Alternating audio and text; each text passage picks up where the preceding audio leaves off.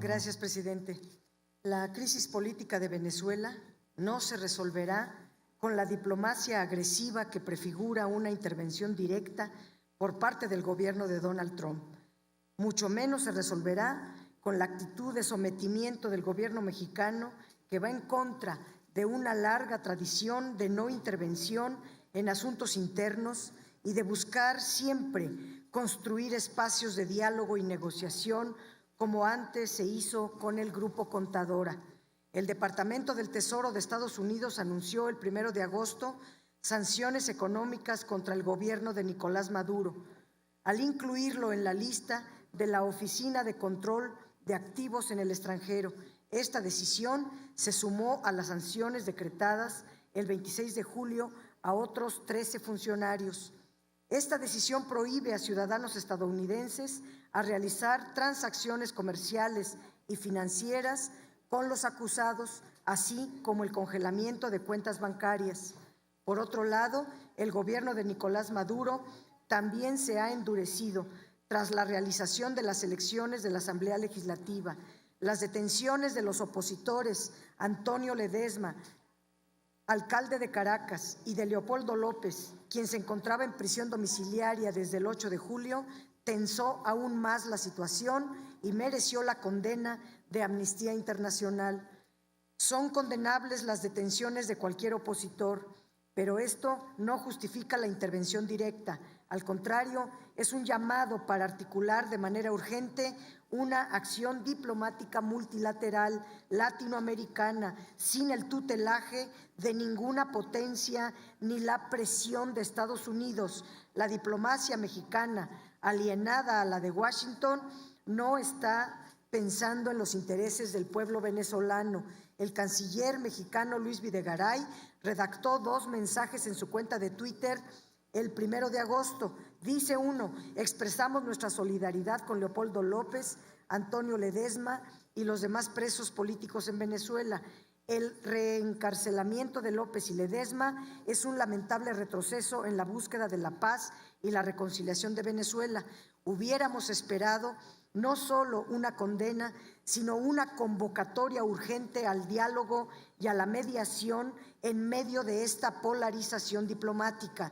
Es inadmisible que el gobierno mexicano esté más ocupado en intervenir en los asuntos internos de un país hermano que en resolver la grave crisis de derechos humanos que vivimos en México y el déficit democrático que ellos mismos han producido con su intervención en procesos electorales o el espionaje ilegal en contra de periodistas y activistas.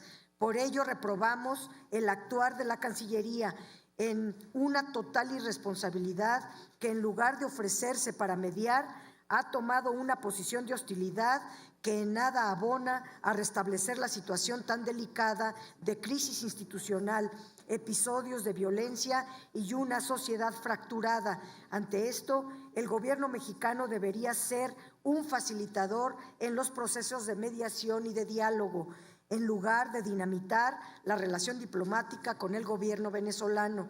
Desde el Senado de la República debemos exigir que la Cancillería mexicana explique esta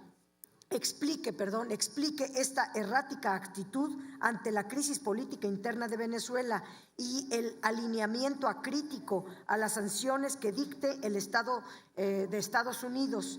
Y lanzamos un exhorto al presidente Enrique Peña Nieto para que deje de utilizar la política exterior y la crisis de un país hermano para fines de política interna y claramente partidistas, tratando de espantar al electorado y reeditar las campañas negras del pasado, porque sería una vergüenza que en su irresponsabilidad y el electoralismo terminen haciendo más daño a quienes dicen defender.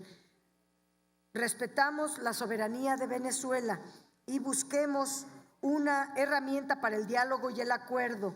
Veamos cómo encontrar una solución política y pacífica a este conflicto que hoy aqueja a un país hermano. Y en relación a la lectura del punto de acuerdo, yo diría que se lea muy bien el artículo 89 de la Constitución Política de los Estados Unidos Mexicanos, que son los principios de política exterior, que en particular en la fracción 10ª dice: Corresponde al presidente de la República las facultades y obligaciones siguientes. Fracción décima, dirigir la política exterior. En la conducción de tal política, el titular del Poder Ejecutivo observará los siguientes principios normativos: la autodeterminación de los pueblos, la no intervención, la solución pacífica de las controversias, la proscripción de la amenaza o el uso de la fuerza en las relaciones internacionales, la cooperación internacional para el desarrollo, etcétera, etcétera. Yo diría que si no están de acuerdo en este artículo de la Constitución política que nos rige, pues cámbienla, pero no están facultados para pasar por encima de la Constitución. Debemos respetar la soberanía de otros países para que respeten la nuestra. Seamos impulsores del diálogo, ayudemos a una solución política al conflicto que enfrenta hoy Venezuela. El buen juez por su casa empieza, no sean candil de la calle y oscuridad de su casa.